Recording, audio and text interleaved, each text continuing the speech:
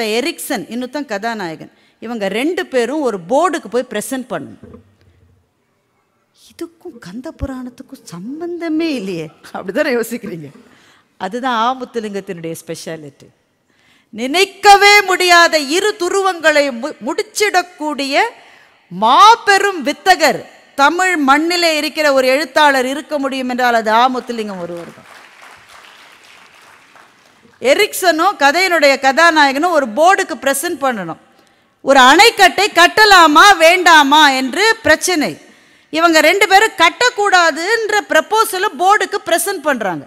அந்த போர்டில் இருக்கிற முக்கியமான ஒரு ஆள் தான் அந்த அணைக்கட்டினுடைய கான்ட்ராக்டையே எடுக்க போகிறவர். அப்போ அவர் அணைக்கட்டை தடுப்பதற்கு அவர் ஒத்துக்கொள்வாரா? அந்தாலும் என்ன மாங்காவா? ஒத்துப்பார் அவர் அணைக்கட்டை கட்டணும்னு இருக்காரு. எரிக்சனும் கதாநாயகனும் சேர்ந்து டேட்டாலாம் கொடுக்குறாங்க, ஏன் கட்டக்கூடாது. முதல் ஸ்லைடை ப்ரெசென்ட் பண்ண உடனே கதாநாயகன் எழுந்து இதில் ஒரு தப்பு இருக்குன்னு அவரே சொல்கிறார். அவர் தான் ப்ரெசென்ட் பண்ணுறார், இதில் ஒரு தப்பு இருக்குது.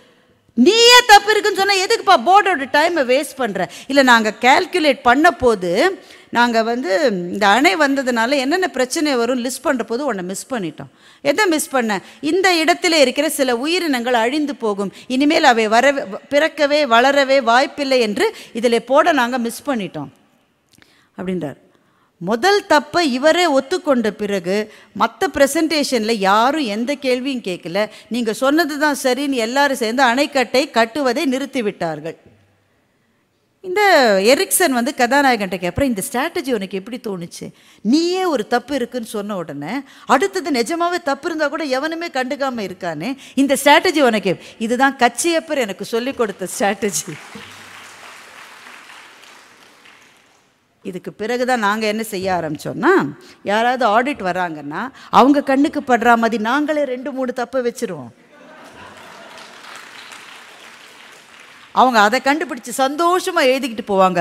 பெரிய பெரிய முதலைகள் உள்ளே இருப்பது அவர்களுக்கு தெரியவே தெரியாது. ஆமுத்துலிங்கம் தமிழுக்கு கிடைத்த கொடை என்று நான் புகழ்ச்சொற்களுக்காக சொல்லவில்லை. உண்மையிலேயே அவர் தமிழுக்கு, ஏனென்றால் தமிழ் எழுத்தாளர்களில் மிக பெரும்பாலானவர்கள் தங்கள் பகுதி, தங்கள் ஊர், தங்களினுடைய அந்த சிறு பகுதியை தாண்டி டிராவல் பண்ணக்கூடிய பெரிய வாய்ப்புகள் கிடைக்காதவர்கள். ஆனால் ஆமுத்துலிங்கம் கொக்குவில் என்று யாழ்ப்பாணத்துக்கு பக்கத்திலே இருக்கிற ஒரு நகரத்திலிருந்து கிளம்பி யூஎன்ல ஒர்க் பண்ணி ஆப்கானிஸ்தான்ல இருந்து, சியரோலியன்ல இருந்து, யூஎஸ்ல இருந்து, கனடாவிலே இன்றைக்கு வசித்து கொண்டு உலகம் முழுக்கவும் சுற்றி பார்க்கிற மாபெரும் வாய்ப்பு கிடைத்த ஒரு எழுத்தாளர். தமிழுக்கு கிடைத்திருப்பது ஒரு கொடை. அவர் ஒரு சாஃப்ட்வேர் பற்றி ஒரு புக் எழுதினார். மிகப்பெரிய ஒரு பப்ளிஷிங் ஹவுஸ் அதை பப்ளிஷ் பண்ணாங்க. அதை பப்ளிஷ் பண்ணி 3 மாதத்தில் அந்த சாஃப்ட்வேரோட அடுத்த வருஷன் வந்துருச்சு. இவர் இவ்வளோ கஷ்டப்பட்டு புக் எழுதி ஒரு பயனும் இல்லை. ஆனால் 20 வருஷத்துக்கு முன்னாடி அவர் எழுதிய அக்கா என்ற கதையை யாரோ அவரிடம் சொல்லி அந்த கதை இன்னும் என் நினைவில் இருக்கிறார். அதனால் தான் அவர் இலக்கியத்துக்கு திரும்பி வந்தார். இலக்கியம் சாகாதது என்று கண்டுகொண்டு ஆமுத்துலிங்கம் திரும்பி வந்தார். இப்போ இந்த கதை பாருங்களேன், இது மாதிரி ஒன்று படிக்கிற போது பளிச்சுன்னு ஒரு ஐடியா நமக்கு வாழ்க்கையை பற்றி கிடைக்கிறது இல்லை. இன்னொன்று இதை மாதிரி வேகமாக ஒரு உதாரணம் சொல்கிறேன், அதற்கு பிறகு நிறைவு பகுதி தான். T20 மேட்ச் பார்த்தீங்களா? போன தடவை நம்ம கப்பெல்லாம் ஜெயிக்கலை, ஃபைனலுக்கே போகல. ஆனால் India Pakistan match was very interesting. கிரிக்கெட்டும் பார்க்க மாட்டிங்களா? என்னங்க அநியாயமாக இருக்குது. பார்த்தீங்களா இல்லையா T20 மேட்சை? பார்த்தீங்களா? கடைசி ஓவர் ஞாபகம் இருக்கா? விராட் கோலி அடித்து தள்ளி துவம்சம் பண்ணார். லாஸ்ட் ஓவரில் 16 ரன் எடுக்கணும். நாம் யாருக்கு அகெயின்ஸ்டா? பாகிஸ்தானுக்கு அகெயின்ஸ்டா. 4வது பாலில் தினேஷ் கார்த்திக் அவுட் ஆனார், ஞாபகம் இருக்கா? நமக்கெல்லாம் இதயம் வாய்க்கு வந்ததே, அடப்பாவி இப்போ அவுட் ஆகிட்டாங்க. அஸ்வின் வந்தார். அப்போ தான் இருந்தது ஒரே ஒரு பால், 2 ரன் எடுக்கணும். முதல்ல அந்த ஓவரில் 16 ரன் தேவையானது, இவங்க எப்படி எப்படியோ எடுத்துட்டாங்க. கடைசி பாலுக்கு முந்தின பாலில் தினேஷ் கார்த்திக் அவுட் ஆன உடனே Ashwin Ravichandran came to bat. ஒரு பால் 2 ரன் எடுக்கணும். ஆனால் அவர் தான் ஃபேஸ் பண்ணுறாரு, கோலி எதிர்முனையில் இருக்கார். அப்போ அந்த பால் வந்தது. எவ்வளோ ப்ரெஷர் இருக்குன்னு மாத்திரம் யோசிச்சு பாருங்க. எடுக்க வேண்டியது 2 ரன் தான். அடிடா மாப்பிள்ள சாத்துறா 2 ரன்டா. But Ashwin decided to leave the ball. ஞாபகம் இருக்கா உங்களுக்கு? ஏன்னா அந்த பால் வருகிற டைரக்ஷனை ஓரளவு ஊகிச்சு இது வைட் பால், இது அட்டம் பண்ணக்கூடாதுன்னு சொல்லி அவர் ஆடவே இல்லாது. இதில் கிரிக்கெட்டில் இதுக்கு ஒரு இந்த ஆக்ஷனுக்கு ஒரு டேர்ம் இருக்குது. It is call well left. Well left. அவர் அதை அடிக்காமல் விட்டதுனால ஒரு எக்ஸ்ட்ரா பால் அவங்களுக்கு கிடச்சிது. அடுத்த பாலை வந்து அடித்து தூள் பண்ணி 2 ரன் எடுத்து நம்ம அதை ஜெயிச்சிட்டோம், பாகிஸ்தானை ஜெயிச்சிட்டோம். பட் எல்லாரும் என்ன சொன்னாங்க, கோலி இவ்வளவு நல்லா விளையாடினது மாத்திரம் இல்லை, அந்த பால் வர்ற போது அடிக்க வேண்டான்னு அஸ்வின் ஒரு முடிவு எடுத்தாரு, அதுதான் வெற்றிக்கு காரணம் என்று கிரிக்கெட் விமர்சகர்கள் சொன்னார்கள். It is called well left. Well left is a great technique not only in cricket but also in life. எல்லா பாலையும் அடிச்சே தீருவேன் நிக்காத சாமி, சிலதுக்கு ஒதுங்கிக்கோ. நீ தான் அடிக்கணும்னு அவசியமே கிடையாது. எனக்கு ரொம்ப பிடிச்ச ஒரு கதை, நான் முன்னாடியே ஒரு தடவை சொல்லியிருக்கேன், இருந்தாலும் இன்னொரு தடவை சொல்கிறேன். ஒரு கழுதைக்கும் ஒரு புலிக்கும் சண்டை வந்தது. கழுதை சொல்லிச்சு, கிராஸ் என்ன கலர்? இட் இஸ் ப்ளூ அப்படின்னு கழுதை சொல்லிச்சு. புலி சொல்லிச்சு, வளராத, இட்ஸ் க்ரீன். ரொம்ப சண்டை ஜாஸ்தியாகி சிங்கத்துக்கிட்ட போச்சு. ஏன்னா சிங்கம் தான் ராஜா. சிங்கம் போயிட்டே இருக்கும்போதே கழுதை இங்கேருந்து கத்து, மகாராஜா இந்த புலி தப்பாக சொல்கிறான், இந்த கிராஸ் வந்து ப்ளூ கலர்னு அவன் சொல்கிறான், இந்த கிராஸ் வந்து க்ரீன் கலர்னு அவன் சொல்கிறான், இது ப்ளூ கலர் தானே மகாராஜா? சிங்கம் அங்கேயும் சொல்லிச்சு, எஸ் கிராஸ் வந்து ப்ளூ கலர் தான். உடனே கழுதைக்கு ரொம்ப சந்தோஷம், இவன் தப்பாக சொன்னதுக்கு இவனுக்கு பனிஷ்மெண்ட் கொடுங்க மகாராஜா. சிங்கம் அங்கேருந்து சொல்லிச்சு, இந்த புலி ஒரு வாரம் வாயை திறக்கக்கூடாது, ஓடு. கழுதைக்கு ரொம்ப சந்தோஷம். த கிராஸ் இஸ் ப்ளூன்னு சொல்லிட்டு போயிடுச்சு. புலி சொல்லிச்சு, மகாராஜா ஒரே ஒரு கேள்வி கேட்கலாமா? கேளு. இந்த கிராஸ் என்ன கலர்? Green colour. அதைத்தானே நான் சொன்னேன். எனக்கு ஒரு வாரம் பேசக்கூடாது தண்டனை கொடுத்துருக்கீங்க. தண்டனை அதுக்கு கொடுக்கல, பின்ன எதுக்கு கொடுத்தீங்க? ஒரு கழுதையோட போய் சண்டை போட்டிருக்கியே.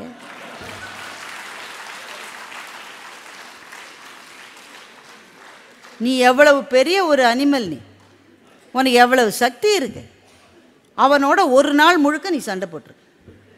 அதுதான் போட்டியே. அந்த வழக்கை என்கிட்ட எடுத்துட்டு வந்து என் நேரத்தை வேற நீ வேஸ்ட் பண்ண. தண்டனை அதுக்காக. ஸோ இதுதான் வெல் லெஃப்ட். சில பேர் அப்படித்தான் பேசிக்கிட்டே இருப்பான். ஆமாங்க நீங்க சொல்றது ரொம்ப கரெக்டுன்ட்டு அதோட விட்டுருவான். அப்படி எப்படி சார் சொல்றீங்க? அது உண்மை இல்லை சார்னா ஒரு 2 நாள் பேசுவோம்.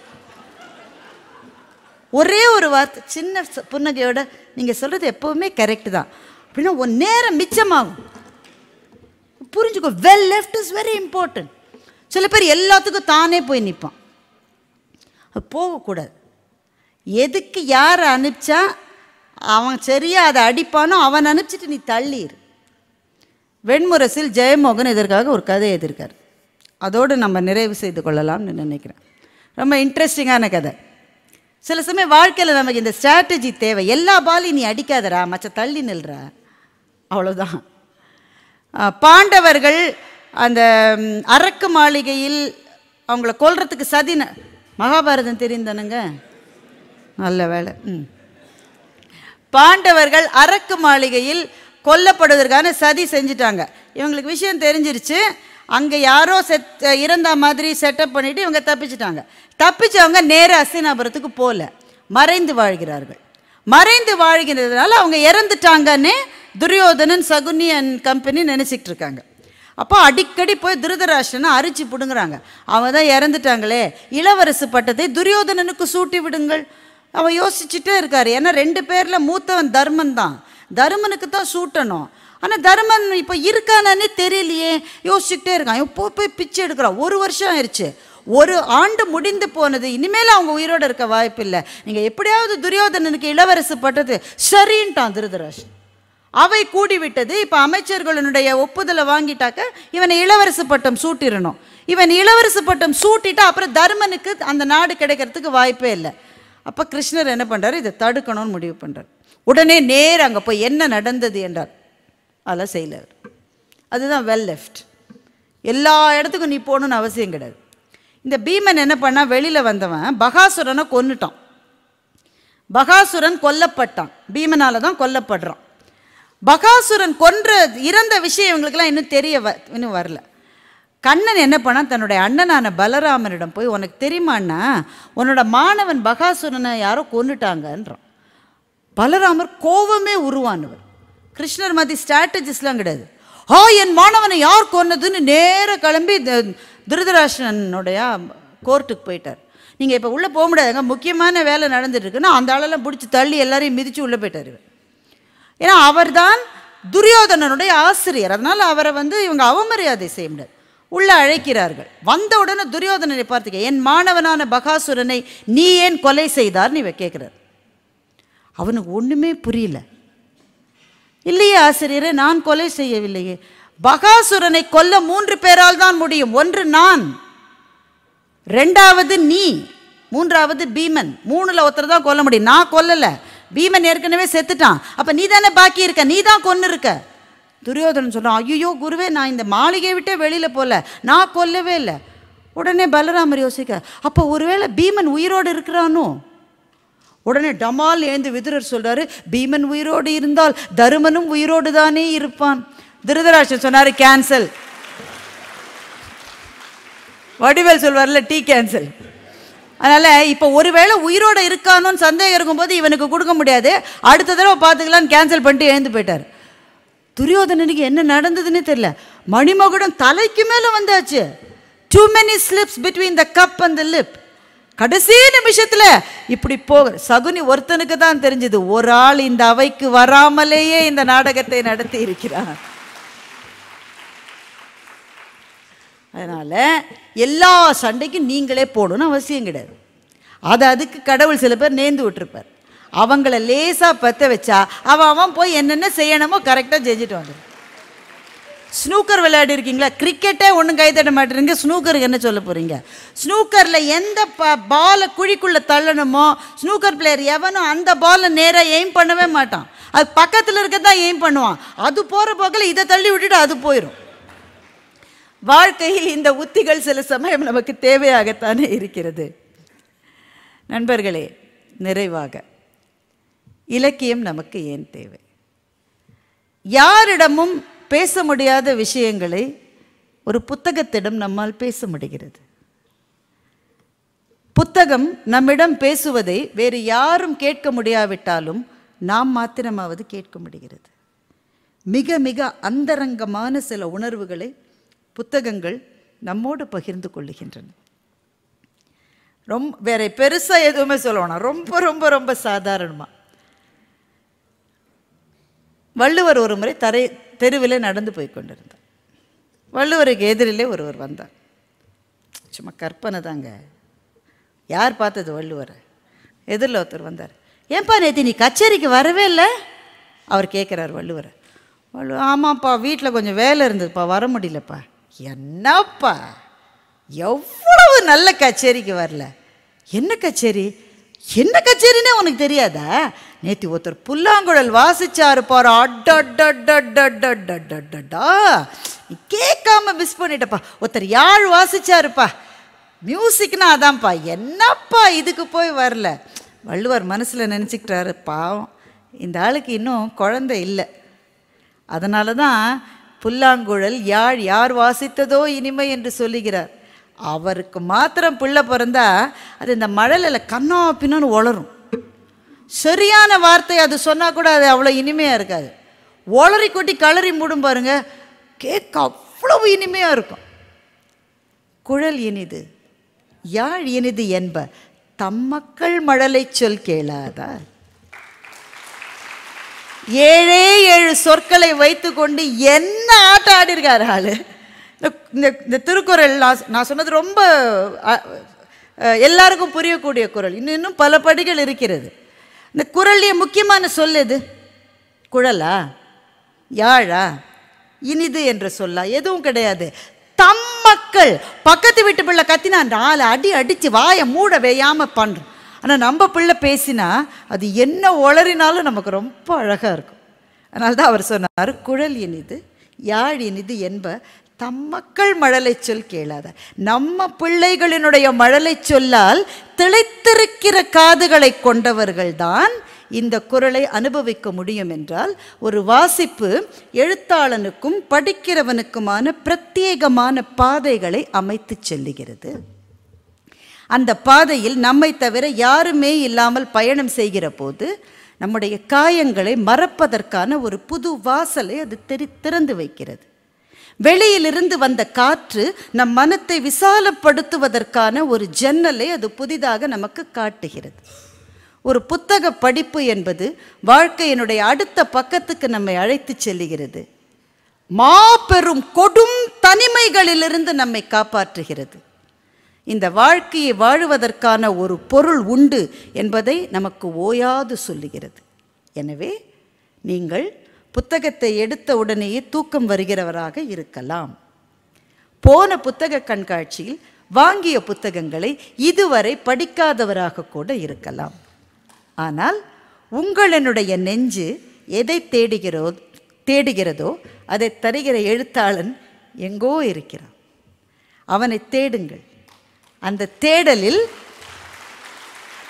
தேடலில் நீங்கள் வெற்றி பெற்று விட்டால் அதிலிருந்து அடுத்தபடி, அதிலிருந்து அடுத்தபடி, அதிலிருந்து அடுத்தபடி என்று உச்சங்களை தொட முடியும். நீங்கள் நேசிக்கிற எழுத்தாளர்களை நேசிக்கிற நண்பர்களோடு உங்களுக்கான ஒரு ஆத்மார்த்தமான நட்பு வட்டம் உருவாகும். உங்களினுடைய அன்றாட வாழ்க்கை, நம் அத்தனை பேரின் அன்றாட வாழ்க்கையும் சுமைகள் நிறைந்தது. The routine is so exhausting. ஒவ்வொரு நாளையும் அதில் செய்ததையே திரும்ப திரும்ப திரும்ப திரும்ப திரும்ப செய்கிற வாழ்வில் புத்தகங்கள் புதுமைகளை கொண்டு சேர்க்கின்றன.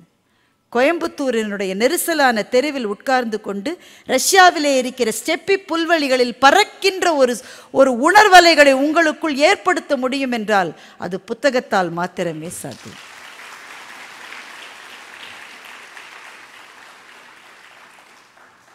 புத்தகம் நமக்குள்ளே அன்பை, மனிதாபிமானத்தை வளர்க்கிறது. கல்யாண்ஜியினுடைய ஒரு கவிதையை சொல்லிவிட்டு முடித்துக் கொள்ளுகின்றேன். ரொம்ப சாதாரணமான சிச்சுவேஷன். பிள்ளையை தூக்கிக்கிட்டு அப்பா மருந்து கடைக்கு போகிறார், அவ்வளோதான் சிச்சுவேஷன். ஒன்றும் பெரிய சிச்சுவேஷன்லாம் கிடையாது. பிள்ளையை தூக்கிக்கிட்டு மருந்து கடைக்கு அப்பா போகிறார். அந்த மருந்தெல்லாம் என்னென்னு அந்த பிள்ளைக்கு ஏற்கனவே தெரியும். ஒரு 5 வயசு பிள்ளைன்னு வச்சுக்கோங்களேன், அதுக்கு ஏற்கனவே தெரியும். பாட்டிக்கு அனீமியா, லிவோஜின் என்று மகள் சொன்னாள். அந்த டானிக்கை வாங்கிட்டான். அப்பாவுக்கு பிபி, டெல்மா அந்த மாத்திரையை கொடுக்குறாரு. அப்பா சொல்கிறாரு 2 எறும்பு மருந்து பேக்கெட். அப்பா சொல்கிறாரு யார்கிட்ட? மருந்து கடைக்காரர்கிட்ட 2 எறும்பு மருந்து பேக்கெட்.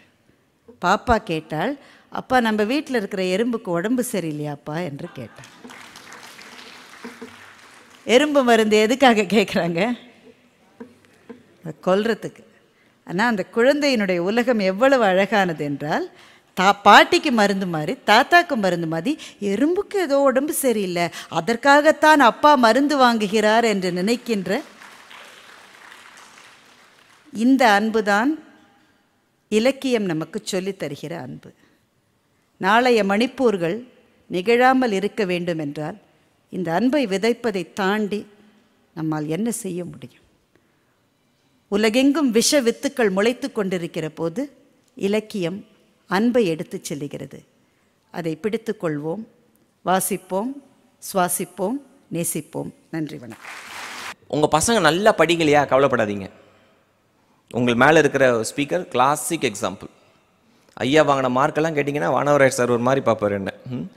12th எங்கள் அம்மா டீச்சர், வாத்தியார் புள்ள மக்கு. கரெக்டாக இருக்குது அவர் செய்யுங்க. இப்போ நான் சொன்னல எங்கள் அம்மா வந்து என்னை எப்படியாவது இன்ஜினியர் ஆக்கிடலான்னு. நான் இப்போ 12th பாஸ் ஆகிருந்தால் நான் இன்ஜினியர் ஆகிருப்பேன். நல்ல வேளை நான் 1994 12th முடித்தேன். அப்போ நீங்கள் இன்ஜினியரிங் படிக்கணும் அப்படின்னா நல்ல மார்க் எடுத்துருக்கணும். நீட் மாதிரி அப்போ ஒரு என்ட்ரன்ஸ் எக்ஸாம் வேறு இருந்தது. மேக்ஸ், ஃபிசிக்ஸ், கெமிஸ்ட்ரி 3த்துலேயும் 120 மார்க்கு கண்டிப்பாக இருக்கணும். 120 மார்க் இருந்தால் தான் நீங்கள் எலிஜிபிலிட்டியை என்ட்ரன்ஸ் டெஸ்ட்டுக்கு. 12th ரிசல்ட்ஸ் வந்துச்சு. நான் எங்கள் ஸ்கூலில் நான் தான் ஸ்கூல் பீப்புள் லீடர். ஸ்கூலில் யார் ஸ்கூல் பீப்புள் லீடர் வைப்பாங்க? யார் பிரைட் ஸ்டூடெண்ட்டோ, டீச்சருக்கே பிடிக்கும், ஜுஜ்ஜு புஜிக்கே இருக்கான் பாருதே, அது விட போடுறான் அப்படின்னுவாங்க. அது மாதிரி தான் எங்கள் பிரின்சிபலுக்கு என்னை ரொம்ப பிடிக்கும், என்ன தான் போட்டாங்க. எனக்கு மேக்ஸு, கெமிஸ்ட்ரி இந்த 2 சப்ஜெக்ட்லேயும் கொஞ்சம் பிரச்சனை. கெமிஸ்ட்ரி கூட ஒரு டீச்சர் மாறுறாங்க, அதனால் நல்லா படிச்சுட்டேன். 12th ரிசல்ட்ஸ் வந்து மார்க்ஸ் கார்டு வாங்க போகிறேன் ஸ்கூலில். ஸ்கூல் பீப்புள் தான் எங்கள் ஸ்கூலில் ஃபஸ்ட்டு ரிசல்ட் கொடுப்பாங்க. ஏன்னா அது வரைக்கும் அவர் தான் ஸ்கூல் டாப்பராக வந்திருக்காங்க. நான் போகிறேன், எங்கள் பிரின்சிபல் அப்படி பார்த்துட்டு கண்ணுலாம் தண்ணி அவங்களுக்கு. நான் கூட நினச்சேன் ஆனந்த கண்ணீர் போல், நம்ம ஸ்கூலை விட்டு போகிறோன்னு ஒரே கவலையில் இருக்காங்க போல் அப்படின்ட்டு நான் அவங்ககிட்ட ஆறுதல் சொல்லலாம் நினச்சேன். மேம் கவலைப்படாதீங்க, நான் எங்கே போகிறேன், தூரம் இருக்குது, எங்கள் வீடு பக்கத்துலேயே இருக்குது, எங்கே போனாலும் அவங்கள வந்து பார்க்குறேன் அப்படின்னு. மார்க்ஸ் கார்டு கொடுத்தாங்க. இப்போ நம்ம கண்ணிலையும் தண்ணி. கெமிஸ்ட்ரியில் பார்க்குறேன் 196 வாங்கியிருந்தேன் 200க்கு, நல்ல மார்க்கு. ஃபிசிக்ஸில் 188, கம்ப்யூட்டர் சயின்ஸில் 182, மேத்தமேட்டிக்ஸ் அப்படின்னு பார்க்குறேன் 71. அங்கே ஒரு சார் பார்க்குறாரு, 71 100க்கா, பரவாயில்லையா, இல்லை 200க்கு 71. அப்போ ஜஸ்ட்டு பாஸ். ஏதோ புண்ணியவதி நம்மளை தள்ளி விட்டுருக்குது. கண்டிப்பாக 71 மார்க் வாங்கியிருக்க வாய்ப்பே இல்லை. இப்போ அந்த மார்க் ஷீட்டை வாங்கிட்டு வெளியில் வரேன், என் ஃப்ரெண்ட்ஸ் எல்லாம் கூட இருக்கானுங்க வெளியில். எவ்வளோடா அப்படின்னாங்க. நான் சொன்னேன் நிறையா வாங்கியிருக்கேன்டா, நீ போய்ட்டு வா அப்படின்ட்டு அந்த மார்க் ஷீட்டை வாங்கி சட்டையில் வாங்கி போட்டுட்டு சர்ச்சுக்கு போயிட்டேன். நேராக 2 hours கழிச்சு தான் வீட்டுக்கு வந்தேன். வீட்டுக்கு வந்தால் என் பக்கத்து வீட்டு பையன் என் கிளாஸ்மேட்டு பயங்கரமாக படிப்பான். அவனுக்கு காது வழியெல்லாம் மூளை வரும், அது மாதிரி படிக்கிற ஆள். ஐஐடியில் போகிறது தான் அவனுடைய கனவே. அவனை பார்க்குறேன், அவங்க அப்பா சவுத் மல்லிக்கு வச்சுருக்காரு. அவருக்கு நாங்கள் வச்ச பேர் ஹிட்லர். பையன் பெரிய தப்பு பண்ணிட்டா செம்மடி அடித்து பையனுடைய சட்டையை கழட்டிடுவார். வெறும் ட்ரௌசரோட காமன் சவுத் மேல் நிற்கணும் 1 மணி நேரம். எவ்வளோ கொடுமையான பனிஷ்மெண்ட் பாருங்கள். நான் பார்க்குறேன் சவுத் மேல் நிற்கிறான். நான் சொன்னேன், ஏன்டா சுரேஷ் என்னடா ஆச்சு அப்படின்னு. மேக்ஸில் மார்க் கம்மிடான்னா. இவன் ஐஐடி கோச்சிங்லாம் போனவன், நானே 71 மார்க் வாங்கிட்டு கெத்தாக போயிட்டுருக்கிறேன். இவன் என்னடா 70 இந்த மார்க் வாங்கிட்டு ஏன்டா அப்படி யோசிக்கிறான்ட்டு எவ்வளோடான்னு கேட்டேன். 196 சொன்னேன். டே என்னடா சொல்கிறேன், 196 மார்க் வாங்கிட்டு கேட்டு அவங்க அப்பா அப்படி நிற்க வச்சிருக்காருன்னா அந்த 4 மார்க்கை ஏன் வாங்கலன்னு அடிக்கிறான்டா எங்கள் அப்பா அப்படின்னா. இப்போ நினச்சி பாருங்கள் நம்ம நிலைமை எப்படி இருக்குன்னு. வீட்டில் போனால் எங்கள் அம்மாவுக்கு நான் இப்போயும் சும்மா கிண்டல் பண்ணுறதுக்கு என்ன பண்ணுவேன், எங்கள் அம்மாவுக்கு ஃபீமேல் விஜயகாந்த் அப்படின்னு தான் பேர் வச்சுருக்கேன். நல்ல வெள்ளையர்னு இருப்பாங்க எங்கள் அம்மா. ஆனால் கோவம் வந்தால் எங்கள் அம்மா கண்ணுலாம் சோப்பாயிடும், ஏய் அப்படின்ற மாதிரி. எங்கள் அம்மா தூரத்துலேருந்தே பார்க்குறாங்க, போச்சு. ஏன்னா ஐயா மேனேஜ்மெண்ட் கோட்டாவில் கூட எலிஜிபிள் கிடையாது, மேக்ஸில் 120 வாங்கியிருக்கணும். எங்கள் அப்பா தோளில் கை போட்டார். எங்கள் அப்பா இன்றைக்கி என்னை செல்லம் தான் கூப்பிடுவார். செல்லம் இங்கே வாடா அப்படின்னாரு. இப்படி கை இப்படி வந்தோன்னு ஃபஸ்ட் நினச்சேன் பளிர்னு உள்ள போகுதுன்னு நினச்சேன். இப்படி கை போட்டார். ஏதோ தப்பு நடந்திருக்குடா உன் பேப்பரில் அப்படின்னாரு. அப்பா அடி உதவி இல்லை, ஆமாப்பா ஏதோ தப்பு நடந்திருக்குப்பா அப்படின்னு. இல்லைன்னா 196 188 182 வாங்கின, நீ கணக்கில் மட்டும் எப்போ 71 வாங்கியிருப்பேன். ஆமாப்பா எப்படிப்பா 71 வாங்கியிருப்பேன் அப்படின்னு. அதான்டா நான் உனக்கு ரீவலேஷன் அப்ளை பண்ணலான்னு இருக்கேன்னாரு. பொத்துன்னு காலில் வந்துட்டேன் நான். இப்போ சொல்கிறாங்களே இவர் இன்ஸ்பிரேஷனல் ஸ்பீக்கர், மோட்டிவேஷனல் ஸ்பீக்கர்னு. ஃபஸ்ட்டு மோட்டிவேஷனல் ஸ்பீச்சே எங்கள் அப்பா கிட்ட தான். அப்பா இன்ஜினியரிங் படித்தா தான் பெரிய ஆக முடியுமாப்பா, ஆர்ட்ஸ் அண்ட் சயின்ஸ் கூட. எனக்கு என்ன பயம்னா, என்னை ஏதோ ஒரு புண்ணியவதி தள்ளி விட்டுருக்கு. இது நம்ம ரீவலேஷன் பண்ணி அது குறைஞ்சு சொந்த பைசாவில் சூனியம் வச்சுக்கிட்டேன்னா. ஏன்னா எங்கள் அம்மா 6ஆம் கிளாஸ் டீச்சர். அப்போது எங்கள் அம்மாவுக்கு பசங்க லெட்டர் எழுதுவானுங்க. மார்க்ஸ் ஒரு எக்ஸாமுக்கும் வீட்டில் வந்து கரெக்ட் பண்ணுவாங்க. எங்கள் அம்மா பேர் அருள் மேரி. அதில் எழுதுவான், டியர் மேரி டீச்சர், எனக்கு உங்களை ரொம்ப பிடிக்கும், நீங்கள் என்னுடைய தாய் மாதிரி, அதுக்காக என்னை உங்கள் கிளாஸ்லேயே வச்சுக்கலாம்னு நினைக்காதீங்க, தயவு செஞ்சு என்னை பாஸ் செஞ்சுருங்க. இன்னொருத்தன் லெட்டர் எழுதுறான், டீச்சர் என்னால் முடிந்தது இவ்வளவு தான். என்ன இது, ஒரு 5 ரூபா வச்சு ஸ்டேபிள் பண்ணியிருக்கான். அதில் இதை தக்க சன்மானமாக ஏற்றுக்கொண்டு என்னை எப்படியாவது பாஸ் செய்து விடுங்கள். 3வது, டீச்சர் எங்கள் அப்பா ஒரு கொலகாரப்பாவி, என்னை அடித்தே கொன்று விடுவார், எப்படியாவது பாஸ். லாஸ்ட்டு தான் பெஸ்ட்டு, டீச்சர் என்னை பாஸ் செய்யலைன்னா நான் எதாவது பண்ணிட்டு உங்கள் பேர் எழுதி வச்சுருவேன். இது மாதிரிலாம் எழுதுவாங்க. எங்கள் அம்மா சொல்லுவாங்க, அது பாரு என்ன இந்த இந்த இந்த புத்திசாலித்தனத்தை எக்ஸாம் பேப்பரில் காமிச்சு தான் பாஸ் ஆகிருப்பான் அப்படின்னுவாங்க. அதனால் என்ன ஏதோ ஒரு புண்ணியவதி தான், ஐயோ பாவம் இந்த பிள்ளைய ஃபெயில் ஆக்கி என்ன அப்படின்றக்கா தள்ளி விட்டுருக்காங்க. நானே தட்டு மாதிரி பாஸ். எங்கள் அப்பா வந்து ரீவலேஷன் சொல்கிறாரு. இப்போ நிறைய பேர் கேட்பாங்க, நான் லோயலா காலேஜில் படித்தேன். லோயலாவில் படிப்பது உங்கள் கனவா? எங்கள் வீட்டில் இருந்து நான் அப்படி கல்லை தூக்கி போட்டேன்னா எம்சிசி காலேஜில் தான் போய் விழும். அவ்வளோ கிட்ட. செக்கு பவுன்ஸ் ஆகி பார்த்துருப்பீங்க, அப்ளிகேஷன் பவுன்ஸ் ஆகி பார்த்துருக்கீங்க. எங்கே அப்ளிகேஷன் போட்டாலும் பவுன்ஸ் ஆகுது. மேக்ஸில் மார்க் கம்மி.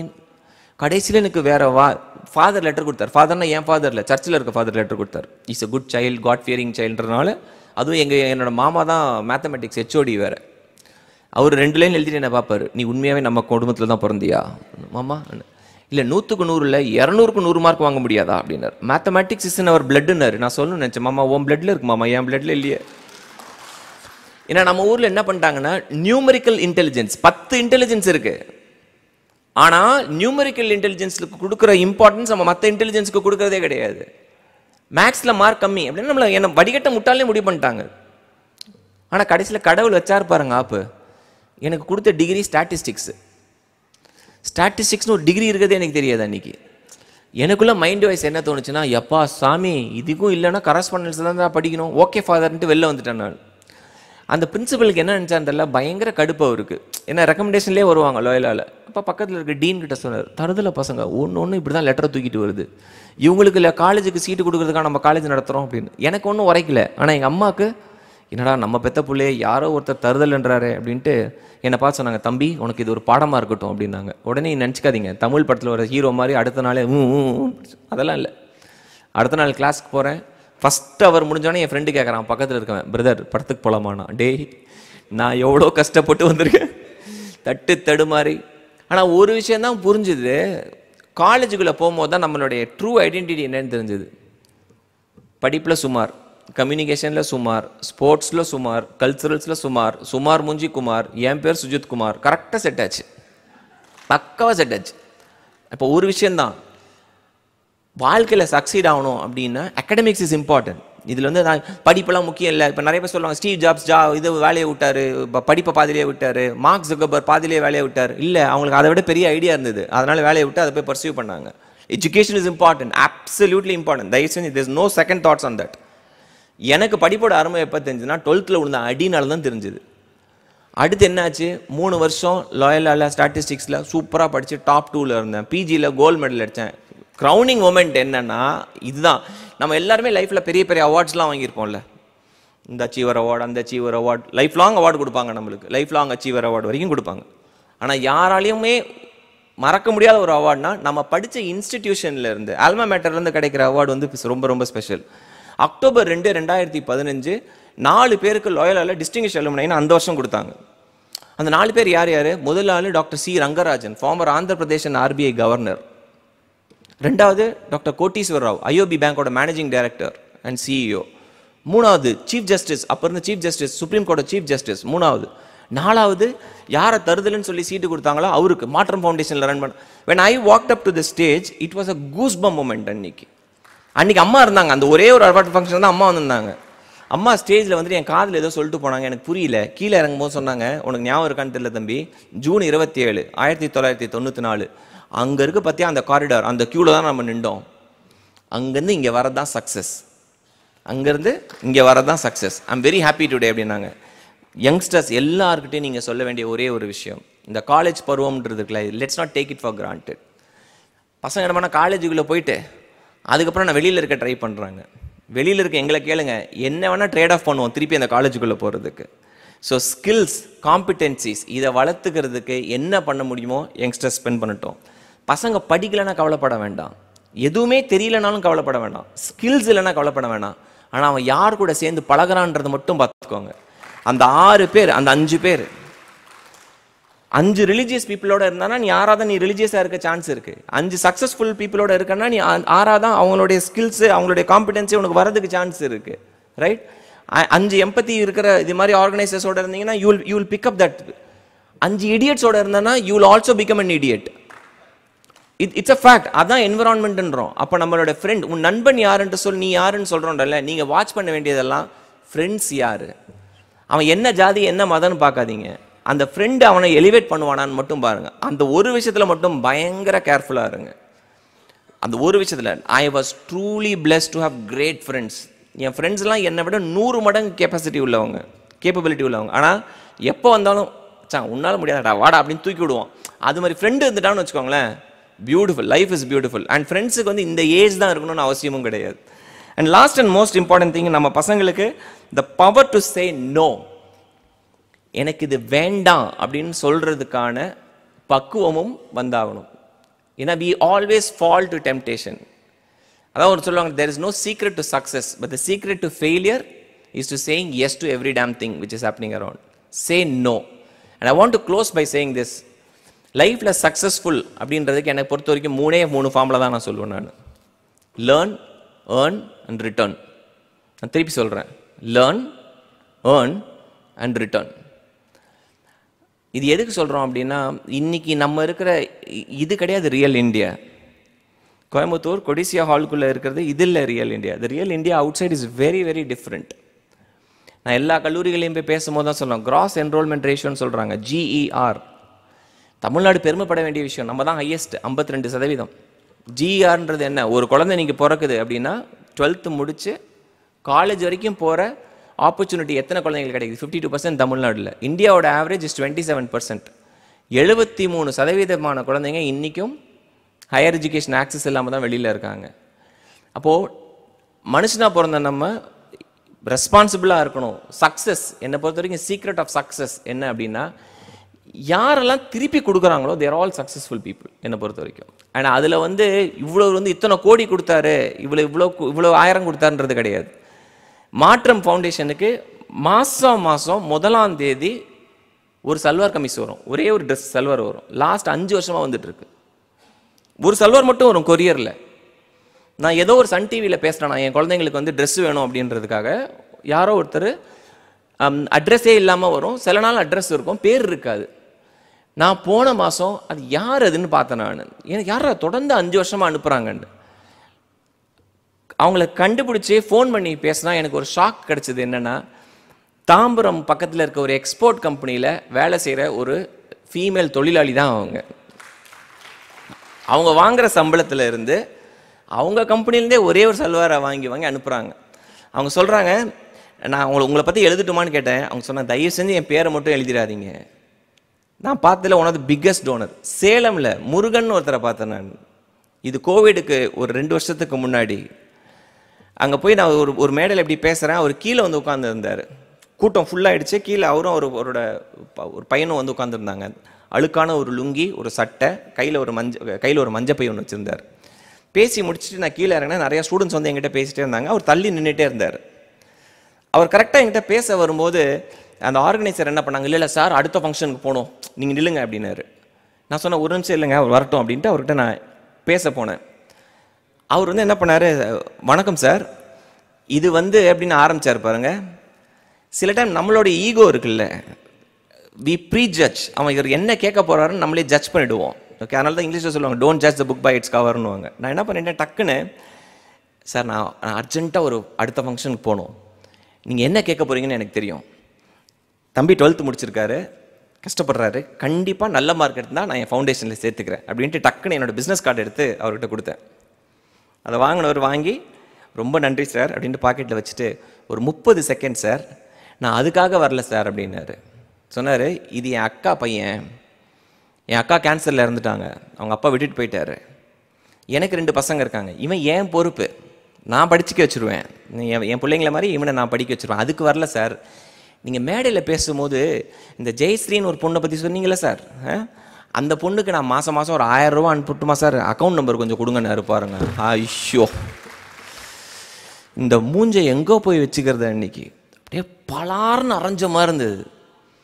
நான் சொன்னேன், ரொம்ப மன்னிச்சிருங்க சார், நான் தப்பாக சொல்லிட்டேன், ஜட்ஜ் பண்ணிட்டேன்.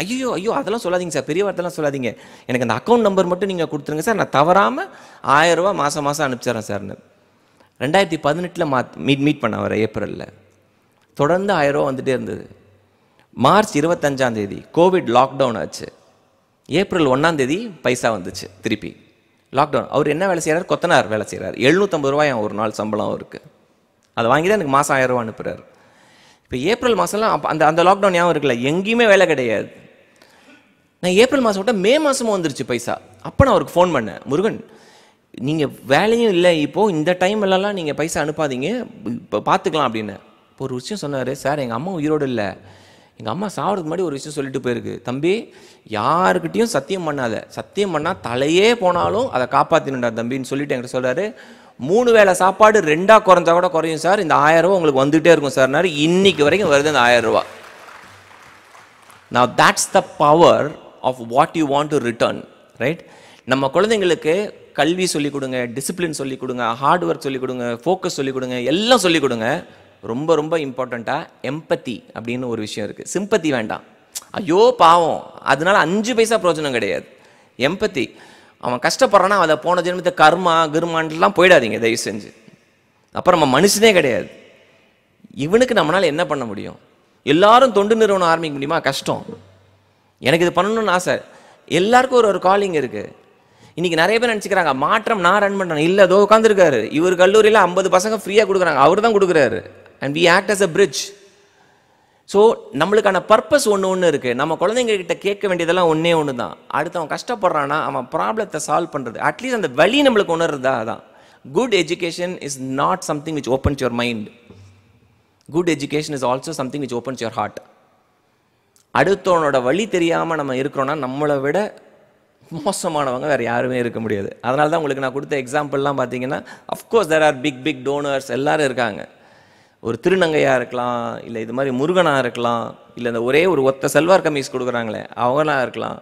சார்கிட்ட நான் ஒரு எக்ஸாம்பிள் சொன்னேன். இந்த வருஷம் எங்களுடைய 537வது அட்மிஷன் ஒரு பையன், இத்தினூண்டு பையன், அவனுக்கு மார்க்கு கம்மின்றதுக்காக அவன் தங்கச்சியை எங்கள் ஃபவுண்டேஷனில் சேர்த்து விட்டுட்டு அவன் சிமெண்ட் மூட்டையை தூக்கிட்டு இருக்கிறான். சிமெண்ட் மூட்டை தூக்கி அவன் குடும்பத்தை காப்பாற்றலை.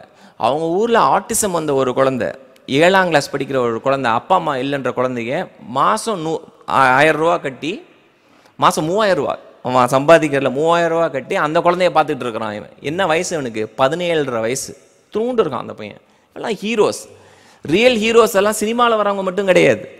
இந்த ரியல் ஹீரோஸ் எல்லாம் கண்ணுக்கு தெரியாமல் நம்மளை சுற்றிக்கிட்டு இருக்காங்க. இவன் தான் ஹீரோஸ். அதனால் மாற்றம்ல நிறைய பேர் கேட்பாங்க, அடுத்தவர் வாழ்க்கையில் மாற்றத்தை கொண்டு வந்துதான், அதுக்காக தான் மாற்றம் ஃபவுண்டேஷன் வச்சிங்களான்னு. கிடையவே கிடையாது. when I look at my children, when I am saying my children, இந்த 2600 குழந்தைங்களை பார்க்கும்போது இவங்க என்ன எவ்வளோ பெட்டராக ஆகியிருக்காங்க. எப்படா இப்படிலாம் இருக்கீங்கன்னு தான் தோணும். இப்படி ஒரு லைஃப்பை லீட் பண்ணிட்டு எப்படி இவ்வளோ பாசிட்டிவாக இருக்கிறீங்க. And that is what we all need to teach youngsters. அதனால் முடிஞ்ச அளவுக்கு உங்களோட குழந்தைங்க இருந்தாங்கன்னா வாலண்டியர் பண்ண சொல்லுங்கள். ஏதாவது ஒரு ஆசிரமுக்கு கூப்பிட்டு போங்க, ஏதாவது ஒரு மரம் நடும் விழாவுக்கு கூப்பிட்டு போங்க, மரத்தை நட சொல்லுங்கள், ஒரு விதையை விதைக்க சொல்லுங்கள், ஒரு விஷயத்தை சொல்லிக் கொடுக்க சொல்லுங்கள். அவங்களுக்கு பிடிச்ச விஷயம் எதாக இருந்தால் அதை எடுத்து கொடுக்க சொல்லுங்கள். பிடிச்ச டாயாக இருக்கலாம், பிடிச்ச ட்ரெஸ்ஸாக இருக்கலாம், அட்டை பழசாக இருக்கிறது கொண்டு போய் கொடுக்க வேண்டாம். பிடிச்ச விஷயத்தை கொடுக்க சொல்லுங்கள். த ஜாய் ஆஃப் கிவிங், கொடுக்கறது மட்டும் இல்லை, அது ஒரு போதை. Once you start giving you become a better person. சூப்பராக தூக்கம் வரும். 2013 வரைக்கும் நான் தூங்கினதுக்கும் இப்போ நான் தூங்குறதுக்கும் அடிச்சு போட்ட மாதிரி தூங்க முடியும். ஏன்னா there is a sense of fulfilment at the end of the day. ஆமாம், ஏதோ பண்ணுறோம்ல நம்ம அப்படின்னு. அதுவும் இது மாதிரி பசங்களெல்லாம் பார்க்கும்போது இன்னும் அது நம்மளை மோட்டிவேட் பண்ணும். ஸோ வாழ்க்கையில் வெற்றி பெறுவதற்கான ஒரே ஃபார்முலா இதுதான். கற்றுக்க வேண்டிய விஷயத்தில் நல்லா கற்றுக்கோங்க. Earn as much as you can. ஏன்னா நல்லவங்க கையில் பைசா இருக்கிறது ரொம்ப ரொம்ப முக்கியம். ஏன்னா அவங்க கையில் நிறைய பைசா இருந்துச்சுன்னா they will return it back. அதனால் எனக்கு ஒரு ஃபேமஸ் ப்ரொஃபஸர் சொன்னார், தருதலையை பெற்று வச்சுருந்தா தான் நிறைய சொத்து சேர்த்து வைக்கணுமா. நல்ல பிள்ளையை சேர்த்து பெற்று வச்சுருந்தோன்னு வச்சுக்கோங்க, நீ சொத்துலாம் சேர்த்து வைக்கணும், அதெல்லாம் அவங்க சம்பாரிச்சிருப்பாங்க. குட் எஜுகேஷன் கொடுங்க, குட் வேல்யூஸ் கொடுங்க. வாழ்க்கையில் வெற்றி பெறனுடைய வாழ்த்துக்கள். Thank you very much. Brutus, Antony என்கிற இருவர் பேசுவார்கள். அதிலே முதலில் பேசுவதற்காக புரூட்டஸ் முற்படுகிறான். அவன் ரோமாபுரி மக்களை பார்த்து சொல்கிறான், ரோமாபுரி மக்களே, நான் சொல்வதை கேளுங்கள், அதனால் நீங்கள் பயனடைவீர்கள் என்று கட்டளையைப் போல பேசுகிறான். ரோமாபுரியைச் சேர்ந்த மக்கள் அவன் பேசுவதை கேட்பதற்கு தயாராக இல்லை, காதுகளிலேயே கதவடைப்பு செய்கிறார்கள். அதற்கு பிறகு அங்கே ஆண்டனி வந்து நிற்கிறான். நிற்கிற போது அவன் மமதையோடு நிற்கவில்லை, எளிமையாக நிற்கிறான். அவன் நெஞ்சை நிமிர்த்தி கொண்டு நிற்கவில்லை, மார்புகளை உயர்த்தி கொண்டு நிற்கவில்லை, பணிவோடு நிற்கிறான். அவனுடைய தோற்றமே அந்த மக்களுக்கு பிடித்திருக்கிறது, மனத்தை கவரும் விதத்திலே இருக்கிறது. அவன் பேசத் தொடங்குகிறான். உங்கள் காதுகளை கொஞ்சம் கடன் தாருங்கள், நான் பேசுவதை கேளுங்கள். உங்கள் காதுகளை கடன் தாருங்கள் என்று அவன் சொன்னவுடனேயே அதுவரை அடைபட்டிருந்த காதை அவர்கள் திறந்து விடுகிறார்கள். அவன் பேசுவது அனைத்துமே அவர்கள் காதுகளின் வழியாக இதயத்தில் பாய்ந்து நங்கூரமிட்டு நிற்கிறது. எந்த மக்கள் ஜூலியஸ் சீசர் கொல்லப்பட்டது சரி என்று நினைக்கிறார்களோ அவர்கள் கொதித்தெழுகிறார்கள். வழியில் கிடைத்தவர்களை எல்லாம் சின்னாபின்னமாக்குகிறார்கள். மக்களின் மனநிலை எப்படி இருக்கும் என்பதற்கு ஓர் உதாரணம், சின்னா என்கிற ஒருவன் கலவரத்தில் ஈடுபட்டவன், கொலையில் உடந்தையாக இருந்தவன். அவனை கொல்வதற்காக மக்கள் கூட்டம் தேடுகிறது. ஆனால் கவிஞர் சின்னா என்கிற ஒருவன் அகப்படுகிறான். நான் அந்த சின்னா அல்ல, கவிஞன் சின்னா என்கிறான். சரி, இவனுடைய மோசமான கவிதைகளுக்காக இவனை கிழித்தெறியுங்கள் என்று மக்கள் சொல்லுகிறார்கள். நான் இதை குறிப்பிடுவதற்கு காரணம், தயவு செய்து உங்களுடைய காதுகளை 1 மணி நேரம் இரவல் தாருங்கள் என்று ஆண்டனியை போல கேட்பதற்காகத்தான். இங்கே பேசிய திரு துரைக்கண்ணன் அவர்கள் ஒரு முக்கியமான கருத்தை குறிப்பிட்டார். உலகத்திலே பல்வேறு நாடுகளில் உங்கள் வயதை ஒத்த குழந்தைகள் தறிகளிலே பணியாற்றி கொண்டிருக்கிறார்கள், சூளைகளிலே பணியாற்றி கொண்டிருக்கிறார்கள், அவர்கள் கல்லுடைத்து கொண்டிருக்கிறார்கள், தீப்பெட்டிகளை தயாரித்து கொண்டிருக்கிறார்கள், ஆடைகளை நெய்து கொண்டிருக்கிறார்கள், சுரங்கங்களிலே பணியாற்றி கொண்டிருக்கிறார்கள். ஆனால் உங்களுக்கு மகத்தான வாய்ப்பு கிடைத்திருக்கிறது. நீங்கள் கல்வியை பயில்வதற்காக ஒரு புத்தக பையோடு பள்ளிக்கு செல்கிறீர்கள். இதைவிட உலகத்தில் மகிழ்ச்சியான எதுவும் இருக்க முடியாது. ஏனென்றால் அறிவை பெறுகிற போது நம்முடைய அறியாமை விருள் விலகுகிறது அல்லவா? ஆற்றலை பெருகுகிற போது நம்முடைய மூளையிலே புது புது முளைகள் கிளர்ந்தெழுகின்றன அல்லவா? நாம் புத்தகங்களை வாசிக்கின்ற போது இருண்ட பக்கங்கள் எல்லாம் ஒளிமயமாகிறது அல்லவா? அப்போது கிடைக்கிற மகிழ்ச்சியை நீங்கள் எதிலுமே பெற முடியாது என்பதைத்தான் கல்வி உங்களுக்கு தருகிறது. ஒன்றை சொல்லுகிறேன் உங்களுக்கு, உலகத்திலே புறக்கணிக்கப்பட்டோர் எண்ணற்றோர் இருந்தார்கள். அவர்கள் எல்லோரும் உலகம் மதிக்கிற அளவிற்கு, வரலாற்று போற்றுகிற அளவிற்கு, சரித்திரம் பாதுகாக்கும் அளவிற்கு, இந்த உலகம் பொன்னேடுகளில் பொறித்து வைக்கிற அளவிற்கு முன்னேறியதற்கு காரணம் அவர்களுடைய கல்வி மட்டும்தான்.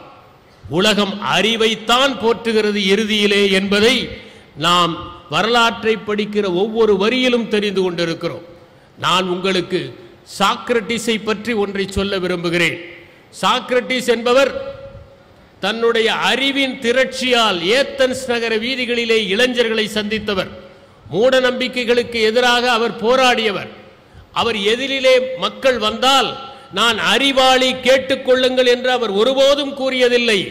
நான் படிக்காதவன், பாமரன், எனக்கு எதுவும் தெரியாது, எனக்கு இப்படி தோன்றுகிறது, நீங்கள் கொஞ்சம் சிந்தித்து பாருங்கள், நான் நினைப்பது சரியில்லாமல் கூட இருக்கலாம் என்று தொடங்கி தன்னுடைய வாதங்களை வைப்பார். ஆனால் அவருடைய வாதங்களிலே உண்மை இருக்கும். முதல் நாள் 30 கூடினார்கள். இவர் சொல்வது சரியாகத்தான் இருக்கிற செய்தி பரவியது தீ போல. அடுத்த நாள் 300 பேர் கூடினார்கள், மறுநாள் 3000 பேர் கூடினார்கள். ஏத்தன்ஸ் நகரத்தை ஆண்டவர்களுடைய இதயங்களில் எல்லாம் பூகம்பம் வருகிற அளவிற்கு அவருடைய பேச்சு அதிர்வுகளை கிளப்பிய காரணத்தால் அத்தனை பேரும் பயந்து நடுங்கினார்கள். சாக்ரட்டிஸ் என்பவர் தவிர்க்க முடியாத சக்தியாக இருந்தார். இந்த உலகத்தை வெற்றி கொள்வதற்கு குதிரைகளின் குளம்பொலி இனி தேவையில்லை, அறிவாள்களின் ஓசை தேவையில்லை, துப்பாக்கிகளின் தோட்டாக்கள் தேவையில்லை, பீரங்கிகளின் வெடிகுண்டுகள் தேவையில்லை. இந்த உலகத்தை வெல்வதற்கு அறிவு ஒன்றுதான் தேவை. ஏனென்றால் அறிவு இருந்தால் இவை அனைத்தையுமே நாம் இயக்கிவிட முடியும் ஒரே நொடியில். அறிவை பெறுவதற்கு என்ன செய்ய போகிறீர்கள்? கல்வியிலே தடை தோங்குவதற்கு என்ன செய்ய போகிறீர்கள்? உங்கள் முன்னால் ஒரு வாய்ப்பு கிடைத்திருக்கிறது. அந்த வாய்ப்பை நீங்கள் எப்படி பயன்படுத்த போகிறீர்கள்? உங்கள் முன்னால் ஒரு அழகான காகித கட்டு கிடைத்திருக்கிறது, அற்புதமான ஒரு எழுதுகோல் கிடைத்திருக்கிறது. அந்த எழுதுகோலை வைத்துக் கொண்டு அந்த காகிதம் கட்டு முழுவதும் கவிதைகளாக எழுதப் போகிறீர்களா? காவியத்தை எழுதப் போகிறீர்களா? அல்லது இந்த உலகம் மறக்காத அருமையான தத்துவங்களை எழுதப் போகிறீர்களா? அல்லது கிறுக்கி தூக்கி எறிய போகிறீர்களா? எதை செய்ய போகிறீர்கள்? உங்கள் வாழ்க்கை இப்போது உங்களிடம் காகித கட்டுகளாக கொடுக்கப்பட்டிருக்கிறது. இந்த காகித கட்டுகளை நீங்கள் எப்படி பயன்படுத்த போகிறீர்கள்? இந்த காகித கட்டை பல பேர் பயன்படுத்தாமல் தூக்கி எறிந்திருக்கிறார்கள். வாழ்க்கையின் கடைசி நேரத்திலே சவப்பெட்டியை அவர்களுடைய உடல் முத்தமிடுகிற சமயத்தில், மரணம் அவர்களை தழுவுகிற நேரத்தில், கடைசி மூச்சுக்காற்று அவர்களிடமிருந்து விடைபெறுகிற தருணத்தில் அவர்கள் நடுநடுங்கி போய் இந்த வாழ்க்கை என்கிற அற்புத அமுத சுரபியை நான் தவறவிட்டு விட்டேனே என்று தத்தளிப்பதை நாங்கள் பார்த்திருக்கிறோம். இறுதி நொடியிலே இந்த வாழ்க்கையை நாம் இழந்து விட்டோமே என்று பரிதவிக்கிறவர்களை பார்த்திருக்கிறோம். அதே நேரத்தில் இந்த வாழ்க்கையை பாதி எழுதிவிட்டேன், முழுவதுமாக எழுதியிருந்தால் நன்றாக இருக்குமே என்று நினைப்பவர்கள் இருக்கிறார்கள். அவர்கள் பாதி கிணறு தாண்டியவர்கள். சிலரோ வாழ்க்கை முழுவதையுமே ஒரு பக்கம் விடாமல், ஒரு காலத்தில் தபால் அட்டையிலே நுணுக்கமாக எல்லா செய்திகளையும் எழுதுவதைப் போல அத்தனை பக்கங்களையும் மணிமணியாக எழுதி ஒவ்வொரு இடத்திலும் சிரமம் பாராமல் தங்கள் சிரத்தில் இருப்பதை இறக்கி வைத்து அருமையாக அழகாக அந்த காகிதக்கட்டை தங்களுடைய பொன்னான எழுத்துகளால் கவிதையைப் போல இருக்கிற அந்த கையொப்பத்தால் நிறைவு செய்து இறுதியிலே மரணம் வருகிற போது, வா வந்து என்னை ஏற்றுக்கொள், நான் தயாராக இருக்கிறேன், என் வாழ்க்கை எதற்காக ஒப்படைக்கப்பட்டதோ அதை நான் நிறைவேற்றி விட்டேன், இனி நான் நிம்மதியாக இருப்பேன் என்று மரணத்தை ஆறத் தழுவ தன்னுடைய 2 கைகளையும் விரித்து தயாராக இருக்கிறார்களே மனிதர்கள், அவர்களைப் போல இருக்க போகிறீர்களா? எவன் ஒருவன் தன்னுடைய வாழ்க்கையை முழுமையாக வாழ்கிறானோ அவன்தான் இந்த மண்ணிலே தன்னுடைய முத்திரையை பதித்து செய்கிறான். தமிழ்நாட்டிலே ஒரே ஒரு பாடல் எழுதிய கவிஞர்கள் இருக்கிறார்கள். ஆனால் காலம் அவர்களை போற்றுகிறது. ஏனென்றால் 1000 பக்கங்களில் எழுத வேண்டிய ஒரு கவிதையை ஒரே பக்கத்தில் எழுதிய மகத்தான கவிஞர்கள் தமிழ்நாட்டிலே இருந்திருக்கிறார்கள். 100 பக்கங்களிலே எழுத வேண்டிய ஒன்றை 2 பக்கங்களில் எழுதி முடித்த ஒப்பற்ற புலவர்கள் இருந்திருக்கிறார்கள். ஒரே பாடலில் உலகம் அறிந்திருக்க முடியாத மென்மையை எழுதி விடைபெற்றிருந்த மனிதர்கள் இருக்கிறார்கள். இப்படி ஒப்பற்ற மனிதர்களை எல்லாம் தமிழ்நாடு சந்தித்திருக்கிறது. இந்த மண் எப்படிப்பட்ட மென்மை கொண்ட மண் என்பதற்கு புறநானூற்றிலே ஒரு பாடல் ஒன்று வருகிறது. அதை நான் உங்களுக்கு தெளிவுபடுத்த விரும்புகிறேன். கணவன் தூங்கிக் கொண்டிருக்கிறான். அங்கே ஒரு மான்கள் 2 விளையாடி கொண்டிருக்கின்றன. அந்த காட்சியை புலவர் தெளிவுபடுத்துகிறார். கணவன் எப்படி தூங்குகிறான் என்றால், பலாமரத்தடியில் முசுண்டை கொடி படர்ந்திருக்கிற பந்தலே தேவைப்படாத இடத்தில் அவன் யானையை வேட்டையாடுபவன் களைத்து படுத்திருக்கிறான். மான்கள் விளையாடி கொண்டிருக்கின்றன. அவளோ தினை அரிசியை வெளியே காய வைத்திருக்கிறாள். காட்டுக்கோழிகள் அதை சாப்பிட்டு கொண்டிருக்கின்றன. காட்டுக்கோழிகளை துரத்தலாம் என நினைக்கிறாள். ஆனால் குரல் எடுத்து துரத்தினால் கணவன் எழுந்து விடுவான். அந்த மான்கள் விளையாடுவதை நிறுத்திவிடும். வேண்டாம், தின்றால் தின்னட்டும் என்று நினைக்கிற மென்மையான மனம் படைத்தவர்கள் தான் தமிழர்களாக இருந்திருக்கிறார்கள் என்பதை புறநானூற்றிலே பார்க்கிறோம். முன்றில் முஞ்சையோடு முசுண்டை பம்பி பந்தல் வேண்டா பலா தூங்கு நீடல் கைமா வேட்டுவன் கடைதுயல் மடிந்தன பார்வை மடப்பினை தடி பிரிதோர் தீர்தொழில் தனிக்களை திளைத்து விளையாட இன்புறு புனநிலை கண்ட மனையோள் கணவன் எழுவதும் அஞ்சி கலையே பிணைவையின் தீர்தலும் அஞ்சி யாவதும் மானதல் பெய்த உணங்கு தினை வல்சி காணக்கோடியோடு கவர்ந்து உண்ண ஆற நெருப்பின் ஆறல் நாரார் தடிர் அதிர்ந்திட்ட முழுவல்லூரம் ஒரும்பேர் இக்குளோடு இருங்கு உருந்தி செம்போ பாணர் தங்கிச் செல்க தங்காது வேந்துதரு விருக்கூல் பரிசலர்க்கு என்றும் அருகாது ஈயும் மண்மை உரைசால் நெடுந்தகை ஓம்பும் ஊரே என்பது அந்த பாடல். இதை நான் குறிப்பிடுவதற்கு காரணம், இந்த மண்ணிலே வாழ்ந்தவர்கள் மகத்தானவர்களாக இருந்திருக்கிறார்கள். அதை போல உங்களிலும் பலர் மகத்தான இளைஞர்களாக மகத்தான சாதனை புரிபவர்களாக வருவதற்கு உங்களுக்கு கல்வி கிடைத்திருக்கிறது. இப்போது நேரத்தை எப்படி பயன்படுத்த வேண்டும் என்பதை தெரிந்து கொள்பவர்கள் தான் வாழ்க்கையிலே முன்னேறுகிறார்கள். நான் ஒரு சிலரை பற்றி உங்களுக்கு குறிப்பிட விரும்புகிறேன். வரலாற்றிலே நாம் சிலரை பற்றி படித்திருக்கிறோம். நெப்போலியனை பற்றி படித்திருக்கிறோம். அந்த நெப்போலியன் மிகப்பெரிய சாதனைகளை எல்லாம் நிகழ்த்தியவன். ஆல்ப்ஸ் மலையை தாண்டி செல்வதற்கு அவனுடைய படை வீரர்கள் எல்லாம் அஞ்சுகிற போது அவன் ஒரு கோவேறு கழுதையிலே அமர்ந்து கொண்டு நான் முன்னே செல்கிறேன், நீங்கள் முடிந்தால் வாருங்கள் என்று சொன்னவன். அப்பேற்பட்ட வீரன். ஆனால் அவன் எப்போதும் படித்துக் கொண்டிருப்பான். போர்க்களத்தை பற்றிய நுணுக்கங்களை எல்லாம் படித்துத்தான் அவன் போர்க்களத்திலே அதை அமல்படுத்தினான். கிரேக்க வியூகம் என்று ஒன்று உண்டு, ரோமானிய வியூகம் என்று ஒன்று உண்டு.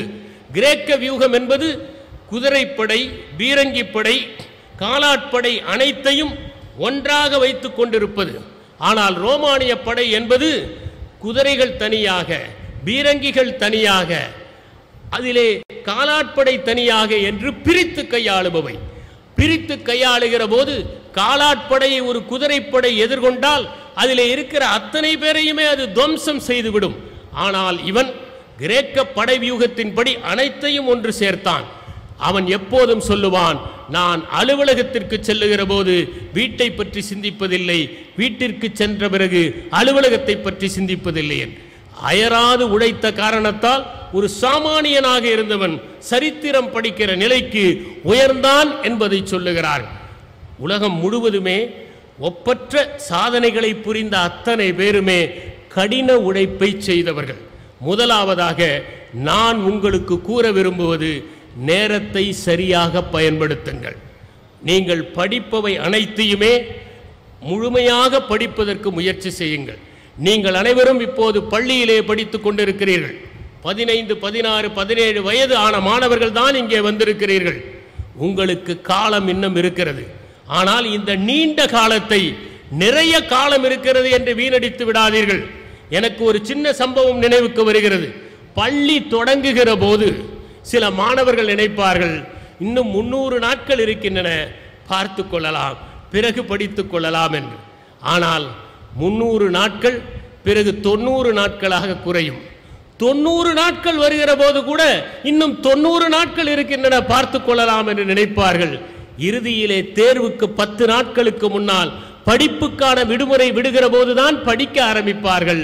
அப்போது காலம் கடந்து போய்விட்டது என்பதை உணர ஆரம்பிப்பார்கள். முதல் மதிப்பெண் பெற வேண்டும் என்று ஆண்டு தொடங்குகிற போது நினைக்கிற மாணவர்கள் நான் தேர்ச்சி பெற்றால் போதும் என்கிற நிலைக்கு தள்ளப்பட்டு விடுவார்கள். முதலில் உங்களிடம் நான் ஒன்றை சொல்லுகிறேன். உங்களுக்கு 300 நாட்கள் இல்லை, ஆனால் குறைந்தபட்சம் 200 நாட்கள் இருக்கின்றன. இந்த 200 நாட்களை நீங்கள் எப்படி பயன்படுத்தி கொள்ளப் போகிறீர்கள்? இந்த 200 நாட்களையும் முறையாக வகுத்து தொகுத்து பயன்படுத்தி கொள்ளப் போகிறீர்களா? ஒவ்வொரு நாளையும் சரியாக திட்டமிட்டு அட்டவணை தயாரித்து நீங்கள் பாடத்தை அணுகப் போகிறீர்களா? ஒன்றை உங்களுக்கு சொல்லுகிறேன். சிறந்த மாணவர்களுக்கும் சாதாரணமான மாணவர்களுக்கும் ஒரே ஒரு வித்தியாசம் தான் இருக்கிறது. சிறந்த மாணவர்கள் விடுப்பு கிடைக்கிற போதெல்லாம் அதை முறையாக பயன்படுத்திக் கொள்வார்கள். விடுமுறை நாட்களை அவர்கள் செம்மையாக அட்டவணை செய்து அதை பயன்படுத்திக் கொள்வார்கள். ஆனால் சாதாரண மாணவர்கள் விடுமுறையை உல்லாசமாக கழிப்பதில் பயன்படுத்திக் கொள்வார்கள். இங்கே இருக்கிற நீங்கள் நீள நேரம் இருக்கிறது என்று நினைத்து விடாதீர்கள். பள்ளியிலே படிக்கிற நீங்கள் அத்தனை பேருமே இன்றிலிருந்து உங்களை புதுப்பித்துக் கொள்ளுங்கள். ஒவ்வொரு நாளும் படித்துக் கொண்டே இருங்கள். பாடத்தை மட்டுமல்ல நான் கூறுவது, ஓய்வு நேரத்தில் வேறு சில புத்தகங்களை படியுங்கள். நீங்கள் தமிழ் நூல்களை படித்தால் உங்கள் தமிழ் மொழி செம்மைப்படும். நீங்கள் பேசுவது செறிவாக இருக்கும். நீங்கள் ஆங்கிலத்தை படித்தால் ஆங்கில மொழியிலே தாள்களை எழுதுவது எளிதாக இருக்கும். நிறைய செய்திகளை தெரிந்து கொள்ளலாம். நீங்கள் சரித்திரத்தில் உங்கள் பாடத்திட்டத்தில் எது தரப்படுகிறதோ அதை முழுமையாக படியுங்கள், செறிவாக படியுங்கள், நன்றாக படியுங்கள். ஆனால் அதோடு நிறுத்திக் கொள்ளாதீர்கள். அதை தாண்டி படிப்பதற்கான முயற்சியை செய்யுங்கள். அப்போது அது கூட சில செங்கல்கள் வைத்து கட்டினால் மூலச்சுவர் எப்போதும் உறுதியாக இருப்பதைப் போல பாடப்புத்தகத்திலும் உங்களுக்கு மதிப்பெண்களை பெற்றுத் தருவதற்கு உறுதியாக இருக்கும். ஒரே ஒரு சின்ன கதையை உங்களுக்கு சொல்ல விரும்புகிறேன். மைலோ என்கிற ஒரு இளைஞன், அந்த இளைஞன் கிரேக்கத்திலே இருந்தான். ஆற்றல் பெற்றவன் அவன்.